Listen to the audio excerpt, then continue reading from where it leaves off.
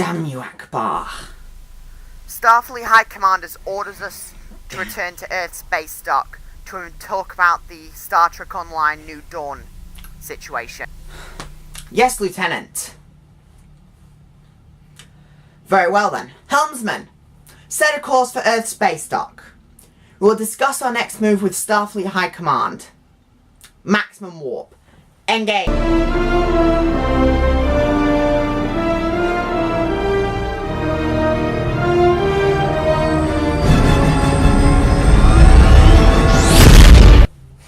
Yes, what is it now?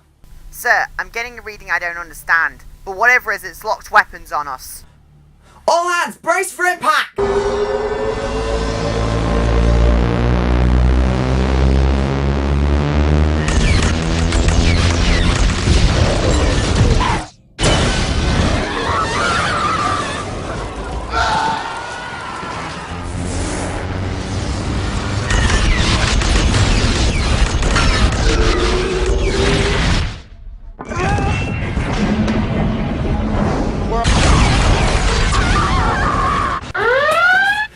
Return fire! Shields up! No!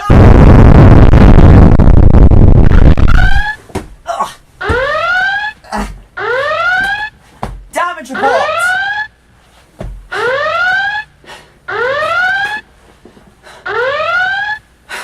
Bring the shields back online, and for someone, get those weapons online!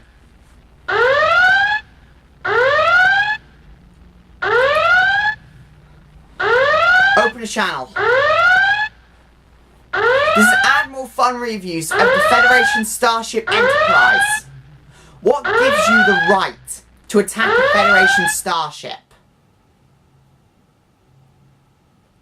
So, hold on. You cripple my ship. You create multiple hull breaches which could have killed my crew just because you want me to do a review. Yes. You know what you had to do was ask. And I would have said yes. Okay then, can you please review the game? Helmsman, set a course for Star Trek.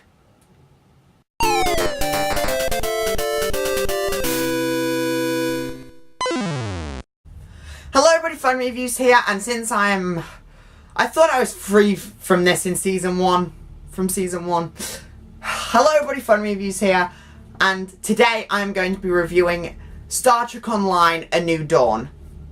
Since Star Trek Online has recently turned 6 years old, I decided to jump right back into the world of Star Trek, and this time give it a true and honest opinion. So, does this game stand up to the test of time?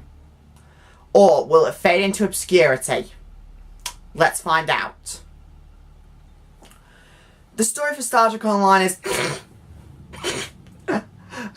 There is no story. It's an MMO. But most MMOs follow a create your own story kind of lineup. But I'll leave the story that you want to create up to you.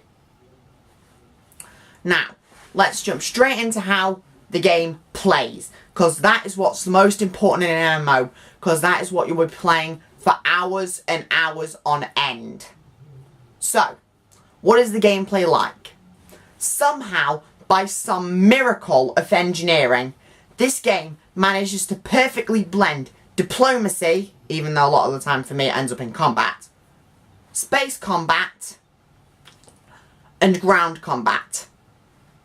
The ground combat takes up about a little bit of the game. Most of the game is space combat, improving your ship and collecting new ships. And diplomacy only happens very rarely. And we all know from games such as Star Trek Elite Force, Star Trek Bridge Command, and Star Trek the game, that it very rarely allows you to play from all of the angles. You've got to get several different games to get the full Star Trek experience.